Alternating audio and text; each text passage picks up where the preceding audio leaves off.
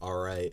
What is up, ladies and gentlemen? It's your boy, MumboElite, or you can call me Reid, either one. And today we are bringing you the first ever Elite Army podcast. This is something that I am very excited for, have been wanting to do for a while, but just haven't found the time to do it. But now we're finally doing it, homies. Before we get started, I just kind of want to walk through some of the things I'm going to go over that are going to be happening on most podcasts, like what I want to see in the future, things like this, just so you guys know what to expect from this series, podcast, whatever you want to call it. I'm going to go through the topics we're going to talk about today as well. So let's get all that right away out of the way. So first of all, I want to say shout out to 1440 Blank. If you guys don't know, he's a really good friend of mine. I'll put his link in the description. He has a really good podcast that hopefully one day I can live up to. I've been asked to come on there, so hopefully we can do some dual podcasts together. I think that'd be really cool. But yeah, his link is going to be in the description. I highly suggest you guys subscribe to him. Now, shout out to all the sponsors real quick. I'm going to read your guys' names off. If you guys want to be included on this list, you just have to subscribe to the YouTube channel for the month. This is the October list. We got Hunter, we got Fidget Spinner, we got HRHD, we got 1440 Blank, we got Svor, we got Buck, we got Alarchy, we got that one guy Bob, we got Argus, and we got That's the Bruh. Thank you so much, sponsors. Let's get into the rest of the podcast. Now, expectations. You know, how often are we going to do this podcast? What are you going to expect? You know, this is some series that I'm only going to do when I'm motivated. I'm not going to force out content, which I think you guys will really enjoy. If you guys don't know, if you haven't paid attention already, this is just going to be still picture. I don't know if I'm going to do live video yet or just record me having video anyways. Because the way I picture podcasts being is this thing where you can just turn it on, you know, listen to the person talk, and you can sit there, you can do homework, you can watch someone else stream, you can play video games, you can go for a run. It's basically something you can do while you can multitask. Now, I think that's a really cool aspect of podcasts, and that's what I grew up on. That's what I watched all the time, from Rooster Teeth to just random podcasts from random companies, random people. Even when I was in haunted gaming for a period of time, which I'll bring up here in a little bit, they had a podcast which I absolutely loved. Now the thing is, it's just me today. Just me. In the future, I'd love to get more people on. I don't know if it's going to be a thing where every single podcast from this point on, we have people coming on, because, you know, it's so hit or miss when you can get people to come on. Everyone's busy. It's the school year, so either everyone's in school or everyone's working, or even in your free time, everyone who I'd want to get on here is working on their own craft. So we'll try our best to try to get some guests on here. If you guys have any people that you'd want to be in this podcast, let me know down in the comments below. Also, if you guys have any topics you'd want me to cover, let me know down in the comments below. I'd absolutely love to answer your guys' questions, concerns, topical questions. I'm going to try to stay away the best as I can of politics. That's something I really don't want to talk about on my channel. But anything else, to a certain extent, we could talk about. Now let's get into what we're going to talk about today. I'll kind of say one thing and we'll dive into it, because you know me. If you don't know me already, if this is your first time on the channel, I like to go off topic. So I have a whole list of YouTube related topics right here. I guarantee we won't even get to half of them with how much I speak. Now, before we get into the topics real quick, let's talk about how long these are going to be. I don't know exactly how long the podcasts are going to be. It's the sort of thing where I could either talk for an hour, 2 hours, or 15 minutes. You know, there's no in between. It's going to be either a really long podcast or a really short one. Let's see how this first one goes. So the first question I get asked a lot is how I started on YouTube. Now I'm just going to walk through from the day one when I made the channel all the way to now. So when I first made this channel, MumboElite, this was back, I believe, in like 2011, 2010 area. And this is when I was really, really addicted to watching YouTube. This was back when Black Ops 1 was the game of choice. It was the first Call of Duty I actually owned. Now, I played Call of Duties before that. I played World at War on the Wii at my aunt's house, and then she gave me the game. So technically, that was the first one I owned, if we want to get specific, but I count I count Black Ops 1 as like the first game I got, because I got it with my PS3. I got it on Christmas Eve, and I was up all night playing it, because Christmas morning I had to go to my grandma's house. That was awesome. So for a couple of years there, I just was addicted to watching YouTube. White Boy 7th Street, shout out to him. I know he's been on a couple Painkiller Already podcasts. Absolutely fell in love with that podcast too. Just the gaming community back then seemed so tight. I mean, Call of Duty was kind of the forefront of gaming, I felt. So was Minecraft and a couple other games at the time. Now Call of Duty seems like it's dipped. There's so many other games that are taking that forefront, but I feel like Call of Duty is this force that will always be around. And for my channel, at least, regardless of the game, I consider my channel gaming. I play a lot of Call of Duty, that's true, but at the heart of the channel, I just love video games. Now, when that started becoming videos, from just watching YouTube to me actually wanting to make videos, I wanted to make videos all the way back then. Just a little kid, walking around, wanting to record his gameplay, not knowing how, wanting to vlog, not knowing how, not having the proper equipment to do so. I was kind of like a lot of you guys are today, or maybe a lot of you guys were in the past. I was motivated, but I didn't know exactly how to do it, and I didn't have the, what would you call it? Confidence. I didn't have the confidence to do it. I didn't want my face to be on the internet. I didn't want people judging me. I didn't want people looking at my commentary over gameplay and being like, this dude can't talk at all. What is he doing? Like, back then I was a pretty shy kid. It was hard for me to hold a conversation with anyone. Now I literally would go up to a random person on the street and have a conversation for over 20 minutes if they let me. So I've changed completely. Puberty hit me. I've gone through some changes. Things happened in my life. I am a completely different person I am today than I was in the past. But when I started making videos, I think was I got an iPod. I got one of the first iPods that came out that had a back camera that let you record. And I remember my old iPod and my old phone. It was some Samsung like flip phone thing. Not flip phone. It was where the keyboard would be attached to the phone. You'd have to like slide it open. I think it was like the Samsung Messenger or something. I don't know exactly. But basically, those two things, I would put my the camera up to the TV and I would like try to set it on something so it would record the screen, and then I would send that to YouTube. Now, I don't think I put that on the MumboElite channel. I remember when I started actually making videos for real with the Elgato on this channel, the only videos I had were basketball clips with me and my friend, which to this day, one of the worst decisions I decided to do with this channel was delete those videos. I could have put them private.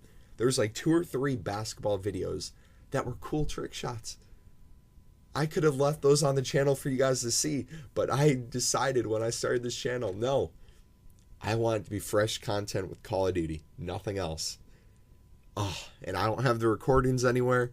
I don't think there's any way of me to get those back. And that's something. When you have old videos of yourself, even now when I'm recording this, like 5-10 years from now, my life could be in a completely different spot. And coming back and watching this podcast is going to be refreshing, Not knowing exactly what is going on in my life in the future, I can look back and be like, I remember those days. What did I do in college? Like, was I out partying? Was I studying for tests? Was I grinding YouTube? How many subscribers was I at? How many people watch my streams? How many people watch my podcasts, And talking about sub count and all that stuff, we might be talking about later today, or a whole thing on itself, but let's get back to talking about the channel. So, yeah, I would have those basketball clips on there. But when I really started getting into YouTube in terms of making videos, had to be my senior year. Now, I am a sophomore in college right now. When Black Ops 3 came out, it was November of 2015, and it was my senior year, like I said. A lot of stuff was happening behind the scenes with my life. Call of Duty, for Call of Duty at least, we had Advanced Warfare, which wasn't fun at all, and Ghost were some of the games before that. Two games I weren't very fond of. So Call of Duty was at a spot where I wasn't sure if I was going to buy it. I actually didn't pre-order Black Ops 3, so I didn't get to play the beta.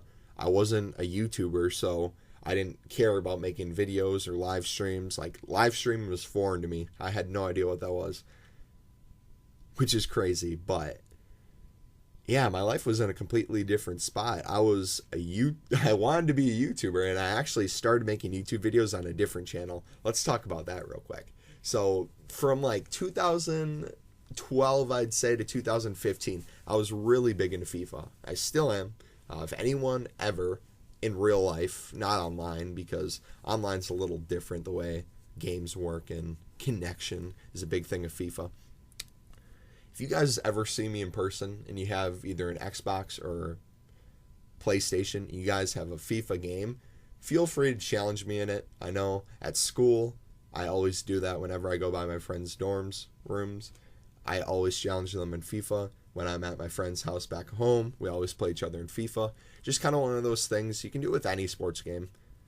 It's just fun. It doesn't get old, you know? You can lose every single game, and somehow you'd still have fun with it, which I think is so cool. But that's besides the point. I fell in love with FIFA. I was a big soccer player. Sadly, I don't play soccer anymore with all the concussions I received, which it sucks, to be honest, but without that happening, I wouldn't be doing YouTube. So I try to look at every negative situation in my life as a blessing, even if it seems like it's in disguise. Now, there's a game mode in FIFA. If you guys don't know what FIFA is, it's a soccer game. I don't know where you guys have been sleeping. Maybe under that rock for the past 10 years or so. I don't know. But FIFA has this game mode called Ultimate Team. Basically what it does is it takes all the players in the game that FIFA allows to be in the game, because not every team's in the game. Some teams don't have rights to be in the game. Some teams are too low to be in the game. Every team that's allowed to be in the game, FIFA makes cards off of. So they're kind of like trading cards, and you have your bronze players who are kind of like the weakest links. You'll have the regular bronze players who are the lowest of the low, and they'll have their individual rating too. Then you'll have the, what's it called? It's not shiny bronze. No, regular bronze, and then you got bronze. That's it. So you got your regular bronze, which is not like shiny, and then you got your bronze card, which is actually shiny. Same with silver, and then the shiny silver, and then the gold, the regular gold, and then the gold. Now, these are just like the normal cards. Everyone has a card. With that card, you normally have a rating. So some people could have a higher regular gold than another person who maybe has that shiny gold and their rating is lower. It ranges across the board, but normally with your card, you have a certain skill level. Now, the thing is, people perform differently. Each week across the world, there's games being played everywhere, whether that's for your club, for your country, even just for fun practice. The people who are doing the best in the world that EA decides, they give them Team of the Week cards. Basically, these are called informs. What it does is it takes your regular card and it makes a completely new card for you that normally, I'm colorblind, but I believe was black for most games. It would give you a black card, and on that card, all your like skills, like your pace, how fast you are, your passing, your shooting, your strength, things like that, all your stats, or at least some of them, would increase. Now, these cards would be available on the market. You could open packs to try to receive these cards. You could look on the market and try to buy them from people. They'd be available in packs for a week. And then after that, a new Team of the Week comes in.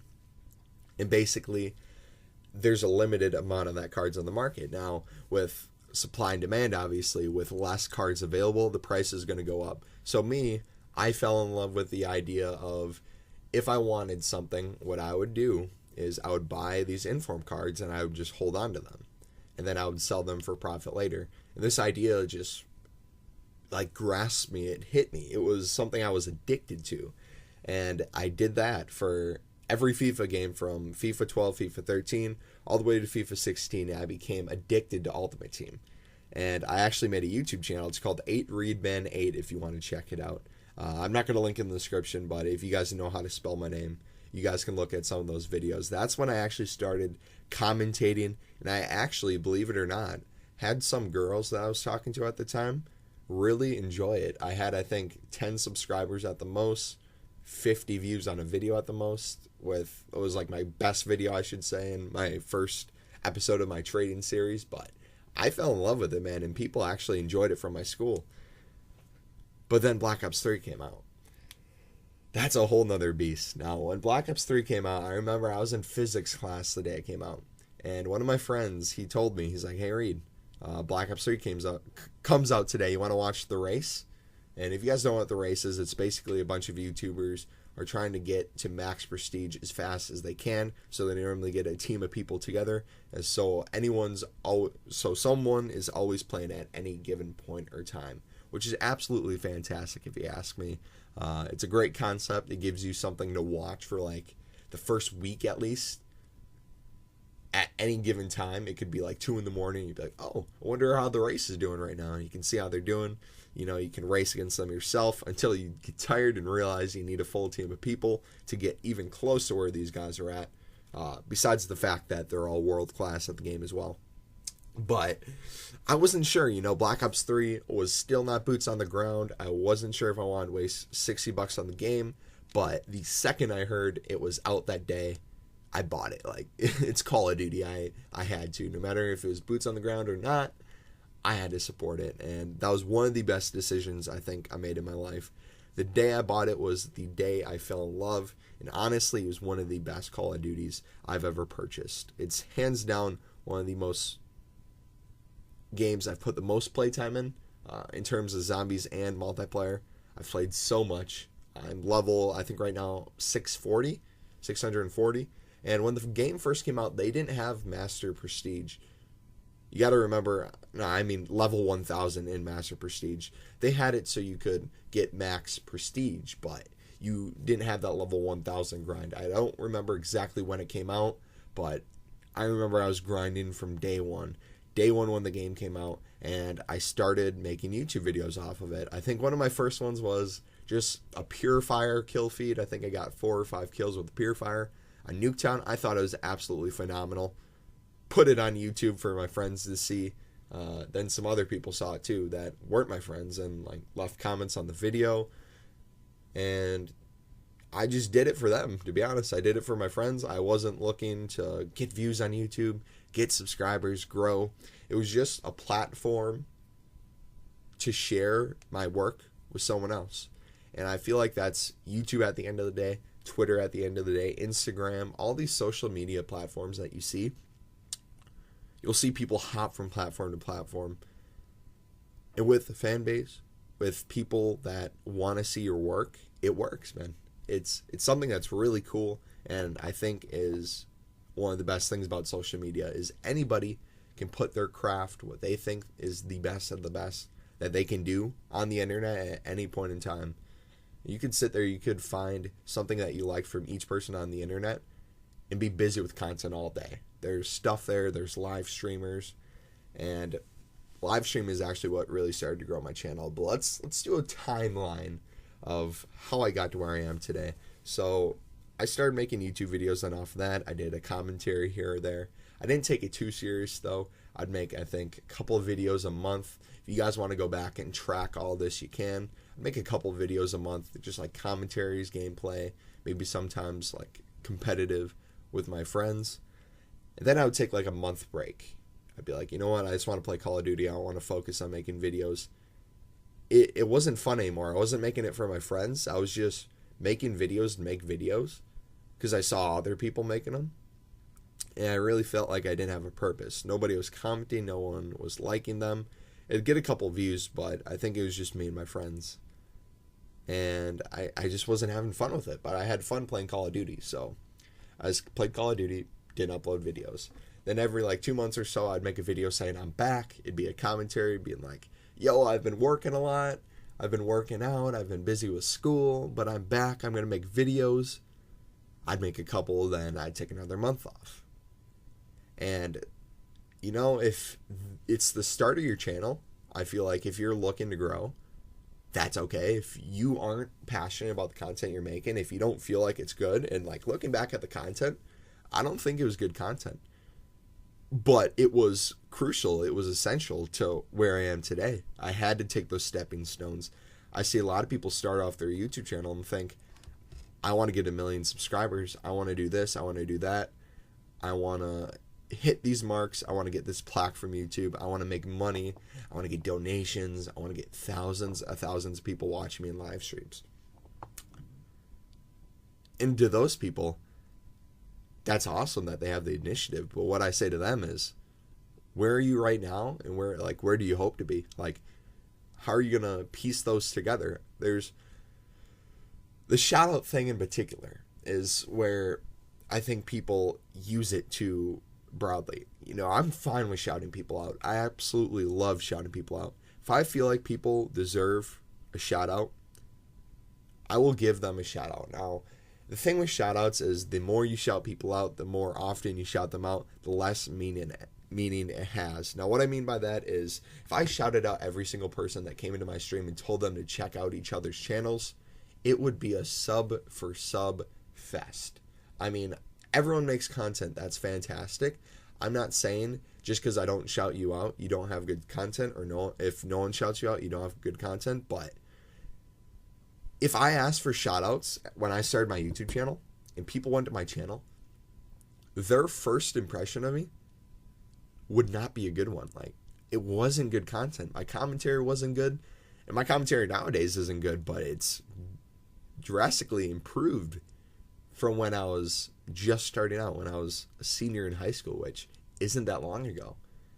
And you think I'm a senior in high school. You know, I've gone through puberty. My voice is deeper. I'd like to think I got a pretty deep voice. But these kids asking for shout-outs, wanting to grow this magical number on their YouTube channel, are like 10, 11, 12 years old. Most of them haven't hit puberty yet. Don't want to show their face. Aren't comfortable commentating.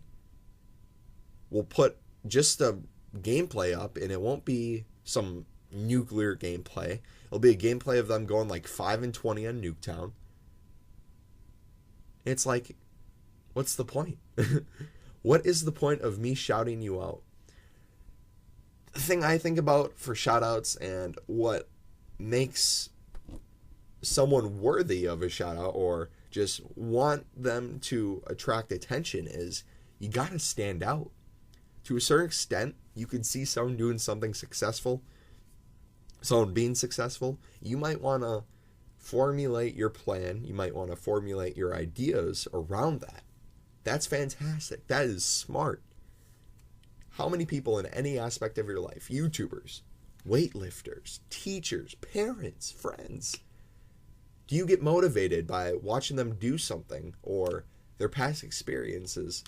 You want to be just like them. I know growing up, my dad was my hero, and he's still my hero, and I will say it to the day I die. My dad is hands down one of the best people on this planet, and growing up, I wanted to be exactly like him. Now, he doesn't have a lot of hair on his head. I don't want to be like that. I want to keep my hair, but like a lot of things that he did, the way he acted, I would carry myself that way, and that's fine. That's fine. That's called being a good role model. You're allowing people to live, not in your shadow, but live life the way you want life to be led. And that's a great thing. But what separates you from other people is that thing that makes you different. What's your passion? What are you going to do that is going to make someone click on your YouTube video that's different than any other YouTube video you've seen? I want you to think about that. Because I thought about that. The month I would take a break, the month or two, the week, even during the videos I'd make, I constantly thought to myself at the start, you know, what's going to separate me from other people? And I honestly didn't know. I wasn't very keen on commentating. I didn't start live streaming yet. But towards the end of my senior year, things started to change. I started seeing some success on YouTube, and it was my goal. You got to think, I wasn't doing this for subscribers. I didn't know how many subscribers I could get. And starting a channel where you're not live streaming, because nowadays people who live stream, if you don't know, YouTube recommends your channel a lot more than people just making a video of a game, especially like a Black Ops 3 game. If you're just making videos and you're not trying to collab with people, they're going to be very hard to get seen at the start. YouTube live streaming, you'll have so many random people come by your channel and you just don't know it. And if they like the way you carry yourself, if they like the things that makes you different than other people, they'll subscribe, they'll say hi. And I will say this though, if you do make videos, just know that those views, there's random people out there who might watch your content. You just don't know it. And if you don't make a good first impression, they're not going to comment, they're not going to keep coming back. They're not going to support you. They're not going to like the video, future videos. They're going to be there for the time. They're going to be gone. And I feel like one of the things that people do wrong with YouTube nowadays is they base everything off of views. What's going to get the most views? What should I put in the title? What should I put in the thumbnail? At the end of the day, I don't think that's nearly as important as what you're trying to do with your community. Now, I say community because there's so many people that have more subs than me. There's many more people who have less subs than me. Now, I feel like the thing that makes me different is I've been in both boats, I've had the small channel mindset, and now I have that I want to be big mindset. And there's pros and cons in each, and I'm just going to walk through some things. Back before I hit 100 subs, it was my goal to hit 100 subs. I didn't know anything higher than that. I didn't care about anything higher than that. Starting YouTube, you set like these benchmarks for you. And I was like, if we hit 100 people on this channel, that would be an awesome thing. And the only thing that mattered to me, it wasn't like growing a community at the time. It was just a number. I would go to people's channels with the great intention of, I will watch your videos, like your live streams, and comment on your videos if I generally enjoy them. And I hope you do the same. Now, nowadays, that's self-promotion, which it's blatantly obvious self-promotion, but would work if you did it with a couple people. And YouTube times change. There be people who realize, people can get a lot more subs if they copy and paste the same message on everyone's video. So you'd see people go around, and like I said, I was one of these people, but I had right intentions. But to a certain extent, your intentions aren't going to be as important as what people view it as. And I think it was a person with around 400 subscribers. I really like watching their gameplay. I don't remember what the channel was called. I was subscribed to so many people back in the day when sub for sub was a thing. And like I said, the reason why I hate all these things so much is I've been there. I've done some of these things, and it literally is pointless. It is so pointless. Like, think about this. If you want to hit 100 subscribers, and you're going to do what I did. Let's say I had 0 subscribers, and I wanted to subscribe to 100 people, watch their content every single day they uploaded, like, subscribe, comment, and interact with them on a daily basis. I'd have to watch 100 different videos and hope that they watched mine too. It wasn't something that was, hey, watch my videos because you want to, because you enjoy them. It was something that, hey, I'm going to support you, which will force you to support me. And if you don't support me, I'm not going to support you. And the problem with that mindset is it doesn't lead to good content. Because no matter what you put up, people are either going to watch it or they're not going to watch it. And that was wrong. That was wrong. I remember I hit 100 subscribers, and it was a big moment on the channel, and I stopped doing all that before it because I thought to myself, some dude left a comment on mine, and it was a wake-up call. I'm like, I've seen this dude comment in everybody's channels, videos, same old comment, sub for sub, like for like. I'm like, what's the point of this? Like, I did YouTube because I loved it. I love making videos. Where did I go wrong, you know? So I completely stopped it, and I decided just to make videos. And if I like someone's videos, I would still comment on them, but I wouldn't self-promote. I wouldn't force someone to come to my channel, because that's not how it should be. If they want to come to your channel, they'll come to your channel. And thankfully, we hit 100 subscribers, and that was absolutely fantastic. One of the biggest accomplishments of my life, and from that point on, it just seemed like it was an up and up on YouTube. Now, like I said, we were talking about the pros and cons. I can't remember exactly what we were discussing before I went on this tangent, but let's continue down the line. This, when we hit 100 subs, is probably halfway through the summer, going into my freshman year of college. So I graduated from high school. I had a job. I was a host at a restaurant, working part-time. So I had so much time. I could have been working on YouTube, and I didn't. I worked on YouTube quite a bit that summer, but if I would have had that kind of summer now, oh my gosh, I would have been so blessed. Oh, I think about things like that. If I would have grinded, you see people who work on a daily basis on their craft, or maybe once a week, or kind of work at it, and you ask them, how hard are you working? And they're like, oh, yo, I love doing this. I'm working hard for it. But are you working as hard as you can? Like, I look back and all I think to myself is, I wish I was as motivated back then as I am nowadays. But, you know, everything happens for a reason, like I said. 110 to 115 to 120 subs was when we started live streaming. And honestly, that was a fantastic thing. Black Ops 3 and chill. If you guys have never seen that funky thumbnail, I'm not talking the new one I made where I'm on the couch with that lady and my arms around her shoulder and stuff like that. I'm talking about the old Black Ops 3 one where like the sailor is making out with his girlfriend. That thumbnail was one of the first thumbnails I ever made. And the reason I'll still put it up nowadays, not as much anymore, but like I'll still have the occasional Black Ops 3 and chill live stream where I'll put that as the thumbnail. People might say, Mumbo, like, what are you doing?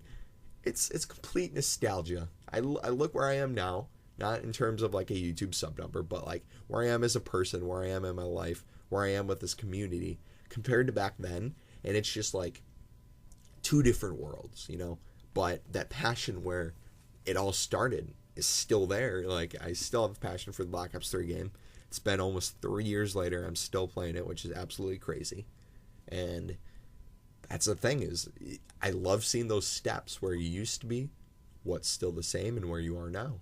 And I feel like that's a big thing that you should look at in your life if you're looking to grow. You got to look at what things are you doing right, what are you passionate about, and most importantly, what are you doing wrong, and how can you get those wrong things out of your life or change them to positives. And I can tell you this, high school, I was all over the place. Freshman year, I'd be considered a nerd. I was freshman varsity soccer player. Played every single minute of every single game my freshman year. Sophomore year, got injured a little bit, but I would mostly play every single game. Never would get subbed out, ever. I was a defender, so normally I was in the whole game. Not saying defender is an easy position, but I built up like a tolerance. I ran a lot, so I was able to do it. Let's just say soccer was my life. But like, I was all over the place. I was considered a nerd. I had like a 4.0 GPA. Slowly each year dropped a little bit. Luckily, I graduated on high honor roll. I don't know how I did that. Cumulative GPA from my freshman year carried me through high school because I got so many concussions. I missed weeks of classes.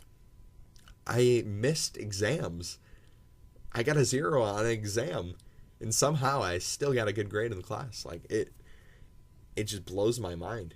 But like I said, freshman year I was like considered a nerd. Sophomore year I was more outgoing.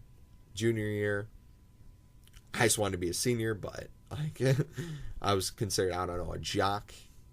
You can call me whatever you want, but I was friends with everyone was the way I looked at it. I did not discriminate. I wasn't like, oh, I'm considered popular, so I'm not going to talk to you because you like Pokemon. If I saw you playing Pokemon at school, most people would be like, what a nerd. What is this kid doing? I would walk up to you. I would tap you on the shoulder. You'd think I was about to, like, rip you a new one and be like, put that DS away. I would be like, what Pokemon game is that? What starter did you pick? What region are you in? How many Pokemon do you have? How many badges? Show me them badges. Like, that's fun to me. Like, if you're passionate about something, I'm not going to knock you for it. And a lot of what high school is people are afraid to follow their passion because you have so many quote-unquote friends in high school that you don't know how people are going to perceive you. And that's your biggest worry. It's not, I want to pursue this. It's, if I pursue this, what are people going to think of it? And you see people get bashed for pursuing their passions, like playing Pokemon in school, making a YouTube channel. I remember when I started uploading on MumboElite, like, people had no problem with the 8 Reidman 8 one. It was FIFA, but like the Call of Duty one, people would be like, hey, Reid, I see you making Call of Duty videos. You know, I played Call of Duty with you back in the day. You're not that good of a COD player. What are you trying to do? I'm like, bro, I like making videos. It doesn't matter how good I am. I was pretty good at it. I won't lie. I've peaked at some points. I don't think I'm as good right now at Black Ops 3 as I used to be when I played it all the time, but, you know, things change. Like, what I'm trying to get out of this is a lot of like my YouTube channel in high school, and a lot of like people following their passions in high school. It's not as much as you want to because you're afraid of how people are going to perceive you. And if you're still in high school now, if you're going into high school, I just want to let you know this. My personal experience, I know people I've talked to, it's this way. Follow your passions. Don't worry about what other people think of you. High school is 4 years. Everyone is trying to decide who they're going to become, what they want to do with their life, how they're going to survive without their mom and dad hand feeding them every meal. If you don't follow your passion, you're going to regret it. All those friends who make fun of you for doing it, they're not your friends. You might think they're friends. A lot of people in high school, for a fact, you think are friends because you're in classes with them, you talk to them, you Snapchat them, but I guarantee you, you step away from that high school scene, you hit summer after you graduated, you hit freshman year of college. All those quote-unquote friends you talk to, they're all going to go away. Most of them, at least. The real ones, the ones that actually count, will still be there. Those are your ones that actually matter. Everyone else, if you can't provide them with something, if you don't have any meaning in their life, they're not going to talk to you. I see so many people get depressed, and I honestly feel like this is one of the biggest things with why freshman 15 is a thing. And if you don't know freshman 15, it's gaining 15 pounds your freshman year of college. Is you put people in an environment where they're now, in a way, alone. You know, there's probably so many more people at college than there ever was at your high school, but you just feel like all your friends are leaving you. You don't have your parents anymore. Maybe the couple friends you do have at school, you aren't as good friends with. You know, it's a depressing feeling. I remember going through that and thinking to myself, I remember before I got to my freshman year, it was the summer after I graduated, like all the people I didn't talk to anymore. A lot of people would be upset about that, but I was fine. You know, cut those people out of your life. Cut those people out who don't care about you, don't give a crap what happens. Because what are they providing for you? It's just more drama. More time spent on people that aren't going to help you pursue your craft, aren't going to help you with your schooling, help you find a job, help you get in a relationship, you know. Screw them. But that's where you start really seeing who's there for the long haul and what they mean to you. What I mean by that is continued, I should say. But I started making YouTube videos at college, doing live streams, I think a week after I got there. You know, I took like a week off. I had to set up my gaming setup, respect my roommate's privacy, things like that. But then I really started grinding, and at first, the friends I still talk to at college, some of my best friends, didn't believe in it. They thought it was stupid. Like, instead of hanging out with them, I'd be in my room, making videos, live streaming, thinking of ideas, talking to people online. I would skip some parties. I would do that. I would study real hard for tests, do my homework, then do this instead of going to socialize with them. And people look at it as, oh, Mumbo, you're wasting your college experience. And I even had my dad, one of my biggest supporters, told me the day, I will always remember this. I will always remember this. As they were leaving, as they dropped me off on my first day of my freshman year, my dad pulled me aside and he told me, he's like, Reid, the college experience only happens once. I don't want you locked away in your room. I want you out there having fun and enjoying every aspect of college. And that's such good advice. That is such good advice. Because a lot of people in college don't know what they want to do. Socialize with your friends, hang out, find those things you're passionate about. But I feel like what differentiates me from other people is I know what I'm passionate about. I know exactly what I have to do and how much work I have to put in and how much more I have to want it than the person next to me for this to work. And I will do that.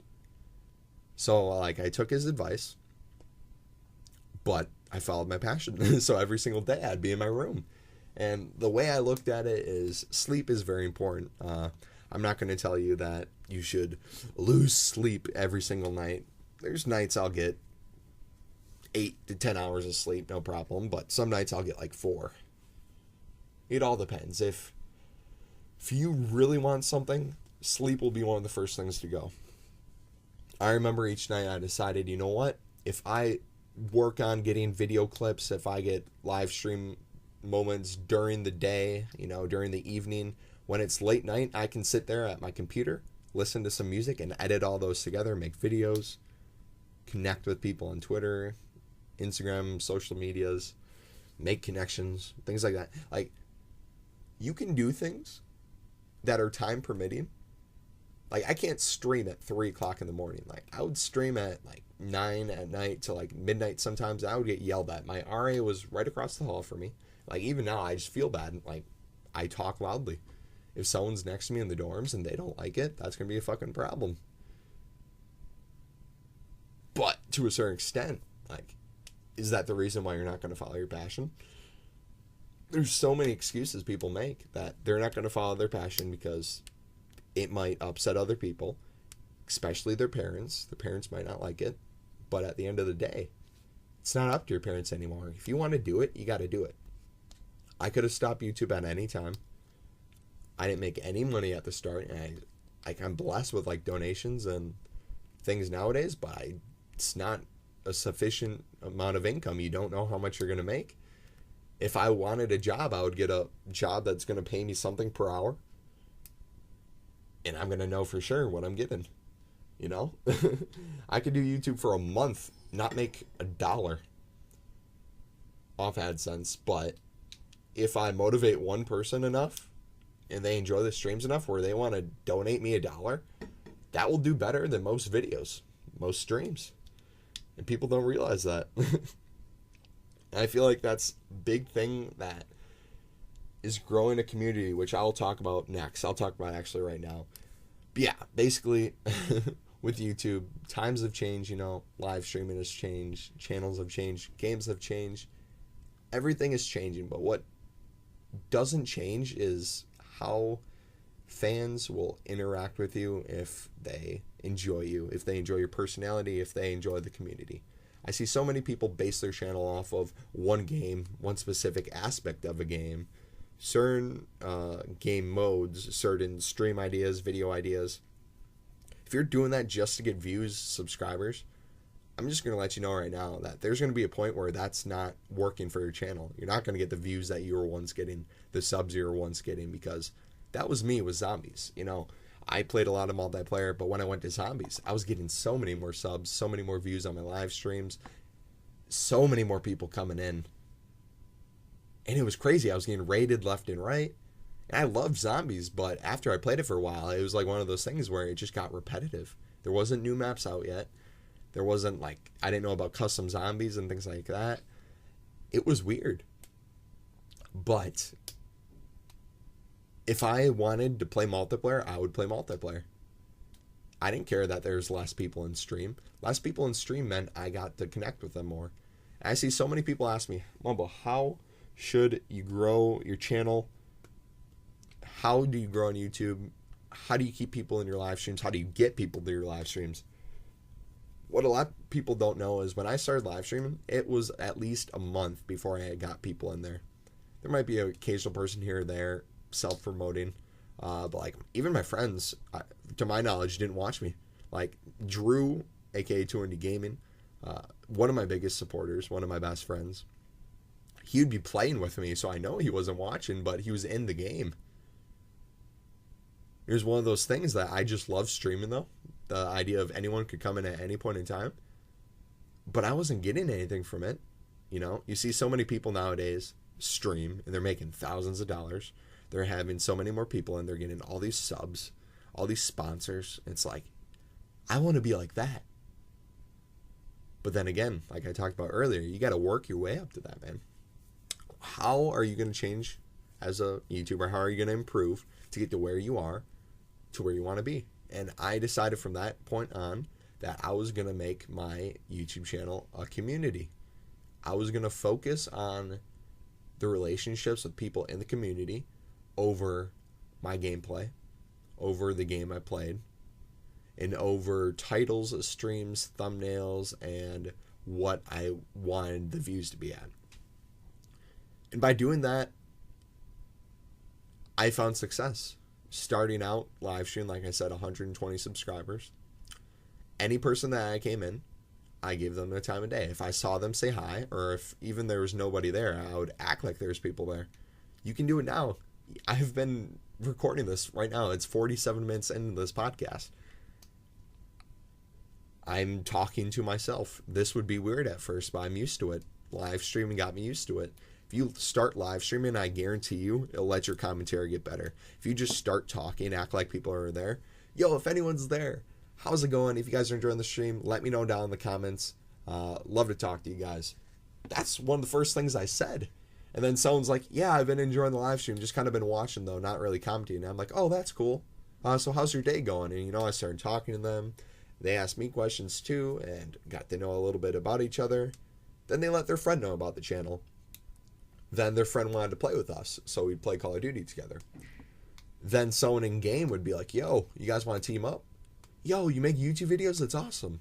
And slowly over time, more people come to the channel, more people come to live stream, but you have to care about the people there. You got to be willing to have it a two-way street. I'm not talking about if they support you, you got to support them, subscribe to their channel, and watch their videos too.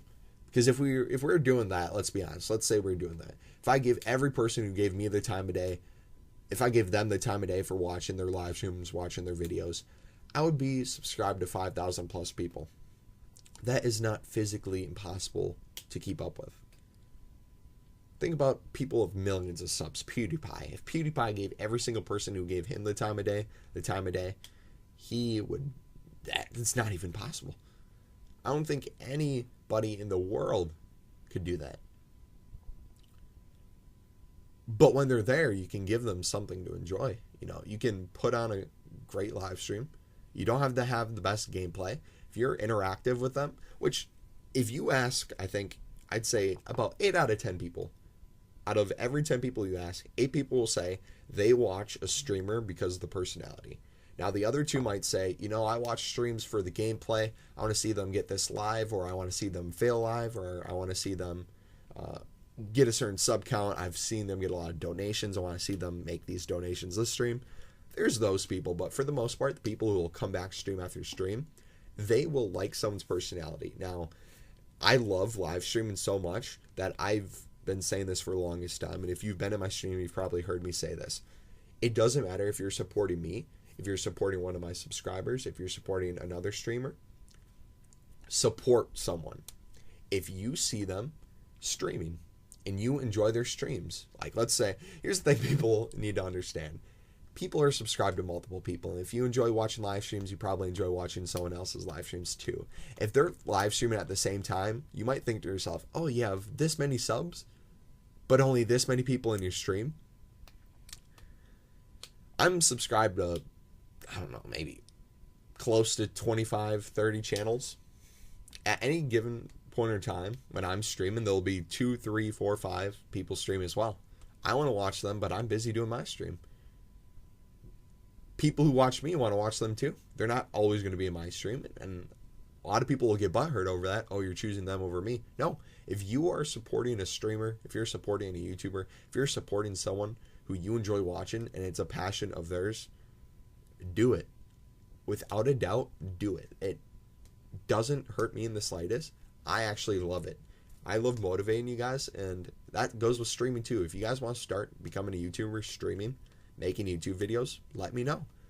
I will give you as many tips as I can, inside information that you might not know about, maybe ways that you can grow yourself more quickly in terms of how can you figure out what's wrong with your content, because I feel so many people nowadays, and even back in the day, didn't want to tell you the truth. You'd be like, oh, can you check out my content and let me know how it is? Yeah, dude, it was a good video. Great job. Keep it up. No, I'm going to tell you, bro, your commentary is crap, dude. What you're talking super low. You're like, hey guys, it's Gamer17 COD Killer here. I want to talk to you today about how I went 5-20. I'm going to tell you what you're doing wrong, in my opinion, because here's the thing. I want to see you guys improve, and I wish I had someone there back in the day telling me these things. You might not want to hear it. You might think you're making good content. That's great. If you don't want to change your content, sweet.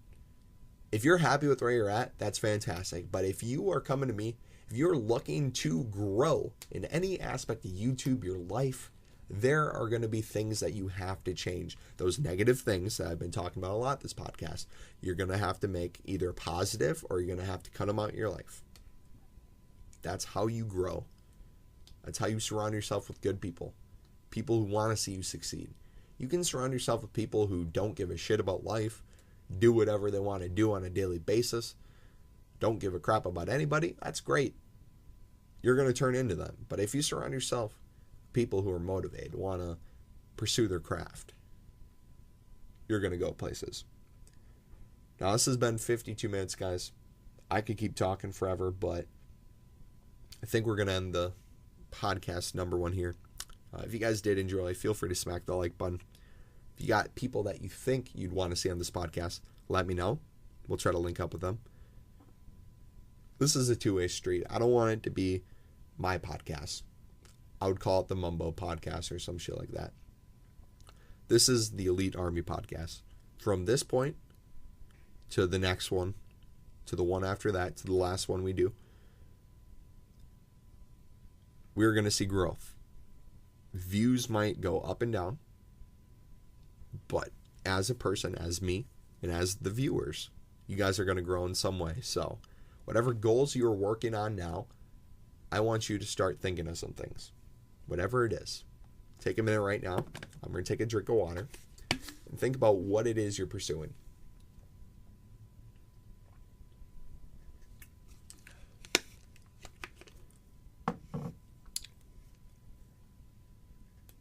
Now, what are you going to do to further yourself in this?